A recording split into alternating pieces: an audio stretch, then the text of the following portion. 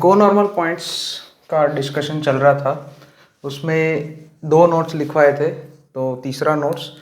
अच्छा, normal parametric form में normal का इक्वेशन ये होता है y is equal to minus to Y is equal to minus T X plus 280 plus A T square. यानी कि ये हमारा जो Y square is equal to 4x है, उसके एक पॉइंट p ऑफ t यानी कि t पैरामीटर वाले पॉइंट ए टी स्क्वायर 280 वाले पॉइंट पैरामीट्रिक पॉइंट पे एक नॉर्मल ड्रॉ किया है।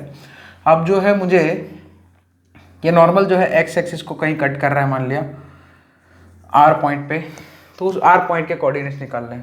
r पॉइंट जो है उसका y कोऑर्डिनेट 0 होगा, सो इस नॉर्मल के इक्वेशन में y is equal to 0 put करेंगे तो r का x कोऑर्डिनेट आ जाएगा, है ना।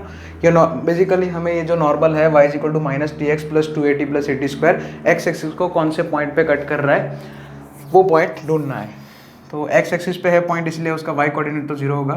सो 0 बराबर minus T X plus twice A T plus A T square, sorry A T cube आएगा, okay A T cube, fine.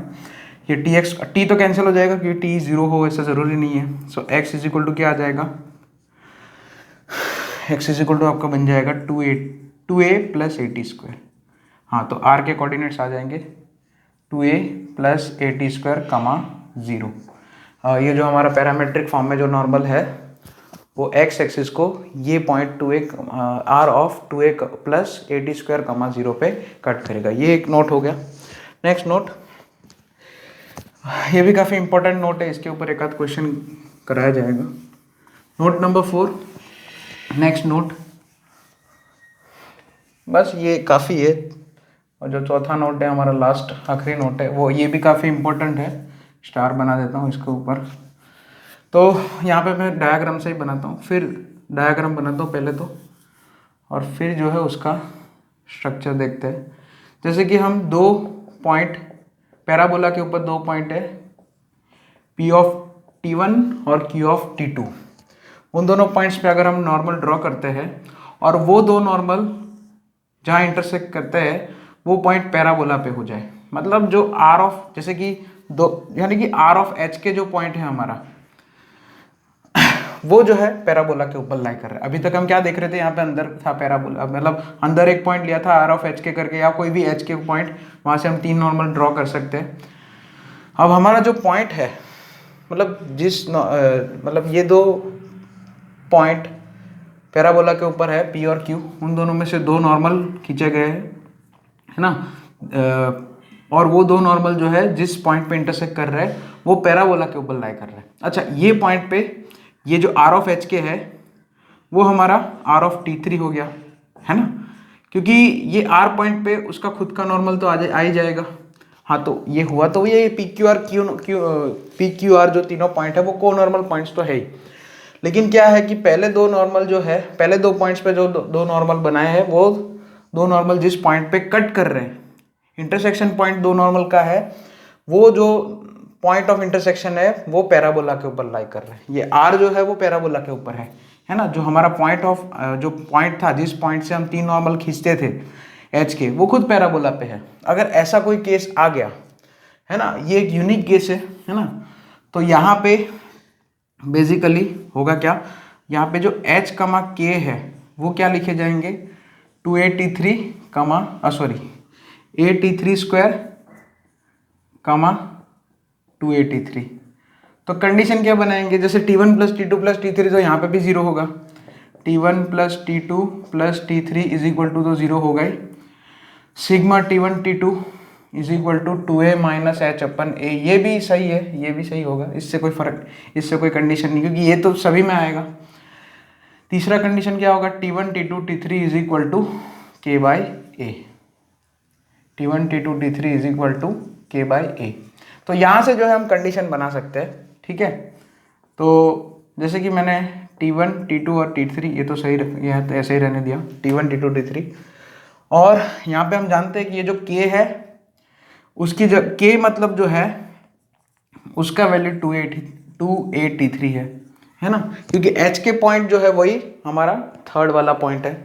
सो यहाँ पे K की जगह लिख दिया 2a T3 divided by a, ये T3 है ये ए से कैंसिल हो जाएगा, T3 0 है नहीं इसलिए भी कैंसिल हो जाएगा, वो भी सामने आमने सामने देखो। तो बेसिकली मिला क्या मुझे, T1 T2 is equal to 2। बस तो यही कंडीशन आ गई कि अगर दो पॉइंट पे पैराबोला के ऊपर कोई दो पॉइंट ऐसे है, उन दोनों पे अगर नॉर्मल खींचते हैं और वो दो नॉर्मल जिस पॉइंट पे इंटरसेक्ट कर रहे हैं वो पॉइंट खुद जो है पैराबोला के ऊपर लाई कर रहा है, तो वो दो पॉइंट जिन दोनों पॉइंट पे हमने नॉर्मल खींचे थे, ड्रॉ किए थे, उन दोनों पॉइंट के लिए जो पैरामीटर है, उन दोनों पॉइंट्स के पैरामीटर का प्रोडक्ट जो है 2 हो जाएगा। तो this is the note number 4, है ना। तो इनफ नोट्स आर डन, बस यहाँ पे थियोरी जो है ओवर हो चुकी है। अब जो है हम इस पैटर्न के मतलब ये जो कोनॉर्मल पॉइंट्स है, कोनॉर्मल पॉइंट्स ये जो कॉन्सेप्ट था उसके ऊपर कुछ क्वेश्चंस देखेंगे और फिर जो है हमारा चैप्टर जो है कंक्लूड कर देंगे। तो यहाँ पे first question, find the locus of point. Okay, देखो ज़्यादातर क्वेश्चन लोकस के ही आएंगे वैसे तो उस पर first question, find the locus of point. Okay, find locus of point of a point such that two of the normals, okay ऐसा है, two of the normals two of the three normals मतलब है ना, two of the three normals, तीन में से दो normal, कोई दो normal are drawn from 8 to parabola y square is equal to 4ax coincide का तो मतलब हम जानते ही भाई, कोइंसाइड मतलब दोनों सेम है, ठीक है। तो यहाँ पे मतलब एक पैराबोला है, मान लिया पैराबोला यही है हमारा y square is equal to 4ax।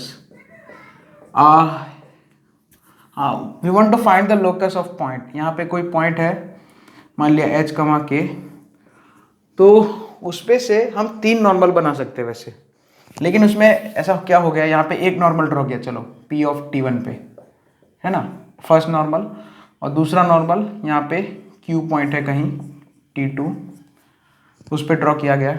लेकिन यहाँ पे ऐसा है कि दो ही नॉर्मल है वैसे तो, क्योंकि तीन नॉर्मल भले ही ड्रॉ किए गए हैं, लेकिन तीन में से कोई दो नॉर्मल कोइंसाइड हो रहे हैं। यानी कि मैं ऐसा बोल दूं कि यहीं पे जो है ये Q पॉइंट है, वहीं पे जो है हमारा R ऑफ T3 पॉइंट है ना। यहाँ पे इस पॉइंट को नाम दे देते हैं, मान लिया कैपिटल A, ये A ऑफ HK में से, वैसे तो बेसिकली तीन नॉर्मल बनाए हैं, AP normal, AP first normal, AQ और AR, लेकिन ये दो नॉर्मल कैसे है, कोइंसाइड कर रहे हैं। कोइंसाइड का मतलब आप समझते हो कि वो दोनों सेम है, यानी कि T2 बराबर T3 है। इन जनरल में बोलूँ तो यहाँ पे क्या है, T2 बराबर T3 है ना, और T1 जो है वो एक है, वो तो ठीक है कोई बात नहीं, वो तो है ही। अच्छा, हमारा ये स्टैंडर्ड पैराबोला ही है, तो बेसिकली हम वो जो इक्वेशन है वो याद करने को बोला था आपको, ATQ plus 2a minus h into T minus के बराबर 0। टी में जो क्यूबिक इक्वेशन था वो आपको याद करने को बोला था।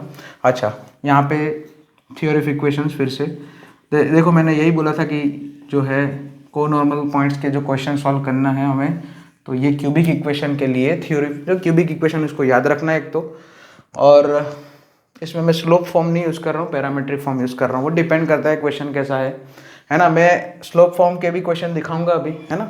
तो T1 plus T2 plus T3 is equal to 0 है, फाइन, ओके। तो ये तो हो गया। अब यहाँ पे T2 बराबर T3 है, यहाँ पे क्या है, T2 बराबर T3 है, तो T3 की जगह T2 लिख दिया। So T1 plus 2T2 is equal to 0। यहाँ से क्या मिलेगा, T1 बराबर माइनस ऑफ 2T2। ये एक कंडीशन, इसको याद रखेंगे, आगे चल के यूज़ होगा।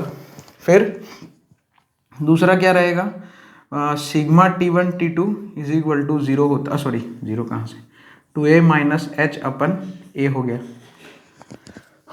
अभी इसको ये यूज़फुल है कि नहीं वो तो देखेंगे बाद में। अगर मान लिया, जैसे मान लिया तीसरी कंडीशन क्या है, ये थोड़ी लेंदी है इसलिए इसको अवॉइड करते हैं, जो इजी लगे उसको सॉल्व करने का। और क्या, T1 T2 T3 product of roots हो जाएगा k/a, ठीक है।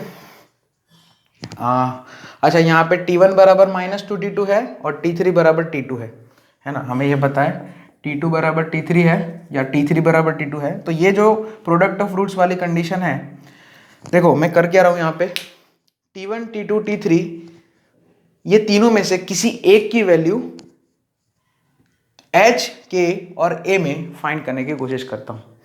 और फिर मैं क्या करूँगा, ये इक्वेशन में सेटिस्फाई कर दूंगा, क्योंकि ये इक्वेशन जो है क्यूबिक इक्वेशन, इसके 3 रूट T1 T2 T3 है ना, ये जो क्यूबिक इक्वेशन है उसके 3 रूट T1 T2 T3 है। तो if I am able to find any of this T1 T2 T3 in the form of A, H and K, then I will put value of that T1 T2 और जो भी आपको मिले, है ना। यहाँ पे मुझे T1 की वैल्यू मिलती दिख रही है, क्योंकि मैं सॉरी T1 नहीं, T1 की जगह मैं -2 T2 पुट करूंगा और T3 की जगह T2 पुट करेंगे तो T2 की वैल्यू मिलेगी, है ना। T2 is a root of this equation, so I can put the value of T, I can satisfy the value of T in this equation, in this cubic equation, है ना, क्योंकि T2 इस cubic equation का root है। तो बस यहाँ पे हम T2 की वैल्यू फाइंड कर, कोई भी रूट है ना, तीनों में से कोई भी फाइंड कर सकते हो आप। सो T1 की जगह -2 T2 पुट कर दो, T1 की जगह जो है -2 T2, T2 को जो है T2 ही रखो और T3 की जगह T2 पुट कर दो। देखो बहुत ही बढ़िया, मुझे एक वेरिएबल दिख गया। देखो T1 T2 T3 था, उसमें से मैंने एक वेरिएबल बना दिया, तीनों को एक वेरिएबल में कन्वर्ट कर दिया T2 में, किसी में भी कर सकते। अच्छा, ये -2 को उधर भेज दिया तो यहाँ पे आ जाएगा T2 का cube is equal to -k/2a। So T2 कितना आ जाएगा, T2 आपका आ जाएगा भाई -k/2a का क्यूब रूट, यानी कि -k/2a⁻⁴। बस अब ये जो T2 की वैल्यू आई है, अच्छा उसमें k और a ही है, कोई बात नहीं, h नहीं आया तो कोई बात नहीं, बस k और a है, ठीक है। तो यहाँ पे k और a, अच्छा जिस पॉइंट का लोकस निकालना है वो h, k ही है, ठीक है। तो इसलिए I need to get rid T1 T2 T3, तो वो मैंने कर दिया। Now T2 will satisfy this equation, so बस यहाँ पे T2 की वैल्यू जो है ये जो फॉर्म है उसमें रखनी पड़ेगी। अच्छा, T2 का क्यूब जो है यहाँ पे ये T2 हो जाएगा ना, ये T की जगह T1 T2 T3 तीनों रख सकते हैं। सो a इंटू T2 का क्यूब मतलब -k/2a। अच्छा, -k इधर ही रखा, ये वाले टर्म को उधर भेज दिया ताकि अच्छा रहेगा, फिर क्यूब करेंगे हम। देखो फिर से यहाँ पे वो इक्वेशन वापस लिखता हूँ, a/t³ + 2a - h × t -k = 0। अब क्या करता हूँ मैं, ये t वाला जो टर्म है ना उधर भेज देता हूँ और यहाँ पे t³ की वैल्यू रख देते, जो है क्या है -k/2a। ये t की जगह हम वो रखेंगे -k/2a का पावर 1/3 और ये -k इधर और ये इधर भेज दिया तो h - 2a हो गया, ठीक है, बढ़िया। और t का वैल्यू -k/2a का 1/3। पूरे इक्वेशन को -1 से मल्टीप्लाई करके फिर क्यूब कर दो, बस हो गया पूरे इक्वेशन। यहाँ पे ये देखो a और a कैंसिल हो गया, अरे बहुत ही बढ़िया, ये तो k + k/2 यानी कि ये 3k/2 हो गया, बहुत ही अच्छा। h माइनस, मैंने पूरे इक्वेशन को जो है -1 से मल्टीप्लाई किया है। अब मैं क्यूब ले लूँगा दोनों साइड, यहाँ पे ये हो जाएगा 9k³ और बस आप k की जगह y और h की जगह जो है x पुट कर दो। 9y³/8 = x - 2a का क्यूब इंटू y/2a। एक y कैंसिल कर सकते हैं और ठीक है, यहाँ पे ये 8 इधर मल्टीप्लाई होता है 4 हो जाएगा, a इधर मल्टीप्लाई करो तो कुछ ऐसा आंसर आएगा 9ay² = 4 × x - 2a का whole cube. This is the locus. अच्छा सॉरी, 3 का क्यूब 27, ओके गड़बड़ 3 का क्यूब है ना, 3 हम क्यूब कर रहे हैं ना, सॉरी, ओके अब सही है ये answer. 27ay² sorry = 4 × x - 2a का होल क्यूब। चलो नेक्स्ट क्वेश्चन, अब देखो जो हम क्वेश्चन अभी देखो ये जो पैरामेट्रिक फॉर्म यूज करके किया, अब देखो आपको वही देखो पता तो लगाना पड़ेगा, इसके लिए प्रैक्टिस थोड़ा करना पड़ेगा, आपका कॉन्सेप्ट क्लियर होना चाहिए कि भाई मैं पैरामेट्रिक फॉर्म से करूँ कि कैसे करूँ, वो तो आपके ऊपर है। ठीक है, तो अब नेक्स्ट क्वेश्चन।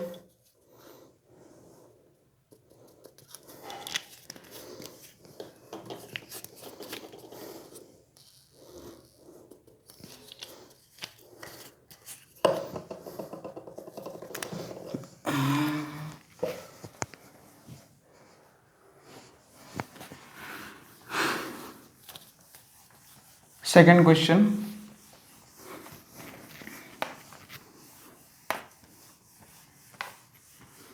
अरे ओके, तो एक क्वेश्चन ऐसा है अभी,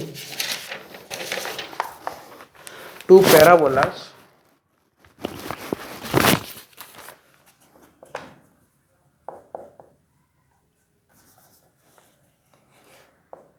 हाँ, टू पैराबोलास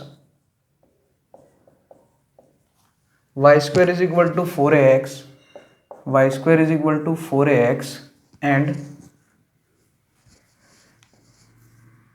दूसरा है y square is equal to 4c into x minus b, okay, cannot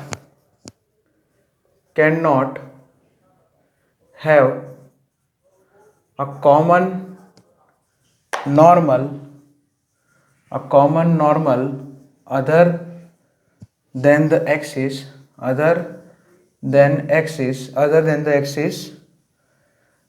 unless b upon a minus C should be greater than 2, और यहाँ पे a ग्रेटर देन सी दिया है। ओके, a ग्रेटर देन सी भी आपको बोल ही रखा है।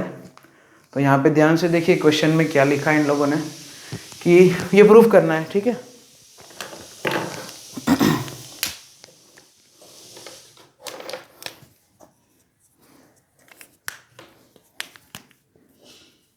चलिए तो आगे बढ़ते हैं। इसमें दो पैराबोला है, सबसे पहले तो इनके ग्राफ ही ड्रॉ कर देते हैं।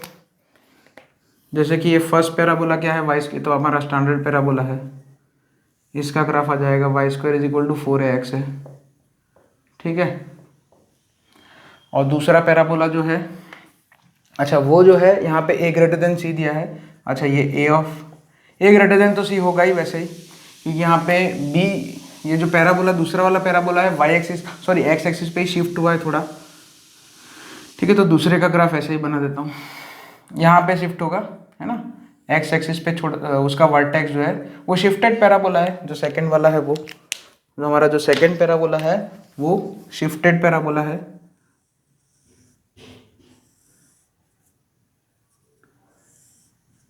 b,0 उसका वर्टेक्स है और इसका 0,0, ये हमारा सेकंड वाला पैराबोला है, Y square is equal to 4c(x minus B). ठीक है, ओके, अब हमें क्या बोला है इसमें, अच्छा ये दोनों पैराबोला का एक कॉमन नॉर्मल तो x एक्सिस आपको दिख ही रहा है, अच्छे से कंप्लीट दिख रहा है, तो क्योंकि देखो ये, अरे यहाँ पे देखो ये इसका टेंजेंट यहाँ पे वर्टेक्स पे टेंजेंट ये आएगा x बराबर b, और ये पैराबोला जो हमारा स्टैंडर्ड पैराबोला है उसका y एक्सिस वर्टेक्स पे टेंजेंट हो जाएगा, तो यहाँ पे ये x एक्सिस जो है नॉर्मल हो जाएगा वर्टेक्स पे, उसी तरह से यहाँ पे भी x एक्सिस नॉर्मल हो जाएगा ये वर्टेक्स पॉइंट पे। वर्टेक्स भी तो पैराबोला के ऊपर ही लाई करता है ना, तो एक तो कॉमन नॉर्मल है अदर देन, मतलब यहाँ पे एक कॉमन नॉर्मल क्या है, दोनों का x एक्सिस है, और बाकी के नॉर्मल्स कोई कॉमन नॉर्मल्स हो सकते हैं कि नहीं, उसके लिए मतलब क्या बोला है कि can not have a common normal other than axis, x axis के एक्सिस मतलब यहाँ पे कौन सी एक्सिस की बात कर रहे हैं, एक्स एक्सिस के अलावा कोई और कॉमन नॉर्मल्स नहीं हो सकते अनलेस ये कंडीशन हो। अगर ये कंडीशन सेटिस्फाई हो रही है, b upon a minus C is greater than 2, अगर ये कंडीशन हो रहा है कि b upon a minus C का वैल्यू 2 से ज्यादा है, तो भाई जो है कॉमन एक्स जो कॉमन नॉर्मल है वो एक्स एक्सिस से अलावा भी कोई आ सकते हैं। तो बस सिंपल है, स्लोप फॉर्म यूज करेंगे यहाँ पे, है ना। यहाँ पे क्योंकि पैरामेट्रिक फॉर्म करना देखो करेंगे ना तो भी बहुत ही लफड़ा हो जाएगा, क्योंकि यहाँ पे देखो ये दूसरा वाला पैराबोला स्टैंडर्ड नहीं है, तो उसके भी हमें ना ये प्रॉब्लम हो जाएगा। तो हम क्या करते हैं, Y square is equal to 4ax है, इसके लिए हम नॉर्मल का इक्वेशन लिखते हैं एम स्लोप फॉर्म में, y is equal to M X minus 2am minus am cube, बराबर है। और सिमिलरली वाई स्क्वायर जो दूसरा पैराबोला है उसके लिए एम स्लोप फॉर्म में, क्योंकि हम कॉमन नॉर्मल की बात कर रहे हैं इसलिए ये दूसरे वाले का भी स्लोप क्या लेंगे हम, दूसरे वाले पैराबोला के लिए भी स्लोप जो है एम ही सपोज करेंगे। लेकिन यहाँ में एम तो सपोज किया भले ही, लेकिन यहाँ पे पैराबोला के इक्वेशन में एक्स देखो ये 4c है एक तो, है ना, तो यहाँ पे 2a और a की जगह यहाँ पे 2cm और cm क्यूब हो जाएगा। y तो y रहेगा क्योंकि y स्क्वायर सेम है, और यहाँ पे x है तो यहाँ पे mx हुआ, यहाँ पे x माइनस बी है x की जगह, इसलिए यहाँ पे m के साथ क्या लिखा जाएगा, x minus B minus 2cm minus cm cube, बस। तो m स्लोप वाला नॉर्मल क्या आ जाएगा फॉर दिस पैराबोला, ये आ जाएगा। अब कॉमन नॉर्मल है, अच्छा इसको थोड़ा सिंप्लीफाई कर दो, mx minus B M minus 2cm minus cm cube. अब क्योंकि कॉमन नॉर्मल है इसलिए ये दो नॉर्मल के इक्वेशन सेम कर देंगे। ठीक है, यहाँ पे y तो y, यहाँ पे इतना पार्ट तो कॉमन ही है देखो इन दोनों इक्वेशन में, बस। तो ये दो कॉमन बने, ये दो स्ट्रेट लाइन का इक्वेशन, यानी कि दोनों नॉर्मल इक्वेशन, ये दोनों नॉर्मल है वो कॉमन बने इन दोनों के। उसके लिए क्या होना चाहिए, दोनों का ये वाला पार्ट कांस्टेंट पार्ट है ना, ये वाला पार्ट दोनों का ही एब्सोल्यूट टर्म सेम कर देते हैं। So minus 2am minus am cube, है ना, यहाँ पे लिख देना for common normals minus bm, दोनों का ही एब्सोल्यूट जो टर्म वाला पार्ट है वो कॉमन कर दिया। अच्छा माइनस साइन तो सभी जगह से उड़ा दो, सब जगह प्लस कर दो बढ़िया से शांति से, ये देखो सब जगह प्लस हो गया, बहुत ही बढ़िया। अब सब कुछ एक साइड कर दो, तो यहाँ पे ये a minus C into M cube plus 2a minus B minus 2c into M. अच्छा m तो कॉमन है एक, तो m इज इक्वल टू 0 तो वो तो है ही, है ना, m इज इक्वल टू 0 तो एक इसका रूट होना ही चाहिए, क्योंकि m इज इक्वल टू 0 मतलब x एक्सिस का इक्वेशन। m इज इक्वल टू 0 क्या होगा वैसे, m is equal to 0 put कर दो इसमें तो y इज इक्वल टू 0 आ जाएगा ना, m इज इक्वल टू 0 इसमें और इसमें दोनों में पुट करो तो y इज इक्वल टू 0, यानी कि x एक्सिस तो दोनों का कॉमन नॉर्मल है ही, दोनों ही पैराबोला का, तो वो तो हो गया। सो m इज इक्वल टू 0 वो तो चला गया। अब यहाँ पे जो दूसरा फैक्टर बचा वो एक क्वाड्रेटिक है, तो अगर x एक्सिस के अलावा दो नॉर्मल, यहाँ पे देखो दो नॉर्मल बन सकते हैं, क्योंकि यहाँ पे जो दूसरा मतलब यहाँ पे जो फैक्टर बचा है वो क्वाड्रेटिक बचा है, तो अगर वो दो नॉर्मल पॉसिबल है तो यहाँ पे जो m में क्वाड्रेटिक आया है, यानी कि मुझे दो, यहाँ पे ऐसा पता चला है कि अगर कॉमन नॉर्मल x एक्सिस के अलावा कोई और कॉमन नॉर्मल हो सकता है तो वो दो हो सकते हैं ज्यादा से ज्यादा, क्योंकि यहाँ पे जो m में बना है वो दूसरा फैक्टर जो बना है वो क्वाड्रेटिक में बना है, क्योंकि ये क्यूबिक था पहले तो क्यूबिक में से क्वाड्रेटिक बना है। एक रूट जो है m इज इक्वल टू 0 जो है वो तो हमें पता ही है ना, वो तो डायग्राम से दिख ही रहा है कि वो तो है ही, x एक्सिस जो है वो तो कॉमन नॉर्मल है ही। और यहाँ पे ये जो क्वाड्रेटिक इक्वेशन आया है इसके दो रूट होंगे m1 m2 मान लिया। अगर दो मतलब मैक्सिमम दो अलग अलग कॉमन नॉर्मल हो सकते हैं, तो इसके लिए क्या कंडीशन आएगी कि एक्स एक्सिस के अलावा भी मुझे कॉमन नॉर्मल्स मिले, तो उसके लिए ये कंडीशन आएगी कि यहाँ पे ये जो क्वाड्रेटिक से जो दो m और m की जो दो वैल्यू आएगी वो रियल होनी चाहिए, यानी कि यहाँ से m1 और m2 है ना, इसके रूट अगर मान लिया m1 और m2 है तो वो दोनों रूट्स कैसे होंगे, रियल रूट्स होना चाहिए, रियल एंड डिस्टिंक्ट होने चाहिए, तो ये दो और नॉर्मल बना सकते हैं हम, है ना, मैक्सिमम नॉर्मल बना सकते हैं।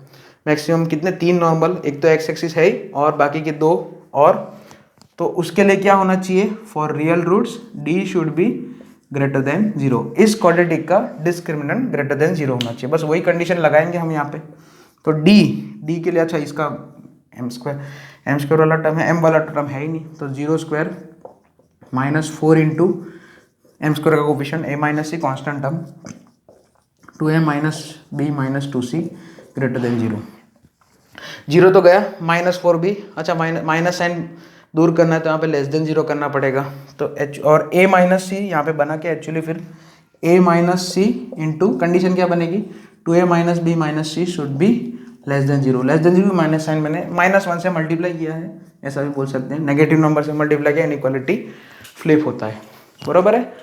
अब कुछ नहीं, a माइनस सी तो ग्रेटर देन जीरो ही है भाई, a ग्रेटर देन सी है, देख लो a ग्रेटर देन सी तो है ही, तो ये तो पॉजिटिव है, तो यहाँ पे इसको नेगेटिव, इन दोनों का प्रोडक्ट नेगेटिव है और ये खुद पॉजिटिव है, तो इसको नेगेटिव होना पड़ेगा। तो हमारी कंडीशन यहाँ से आ जाएगी, यहाँ पे लिख रहा हूँ देखो, 2a minus B minus 2c less than zero, है ना। ये इनइक्वालिटी फॉर्म में, यहाँ पे ये इनइक्वालिटी में ये वाली दो फैक्टर है टोटल, a माइनस सी और ये दूसरा ब्रैकेट में क्या लिखा है 2a minus B minus 2c, ये दोनों का प्रोडक्ट लेस देन जीरो है। ये हमें पता है, ये वाली क्वांटिटी a माइनस सी जो क्वांटिटी है पहले ब्रैकेट में जो लिखी है क्वांटिटी, वो पॉजिटिव ही है, क्योंकि a ग्रेटर देन जी है तो a minus C greater than zero आएगा।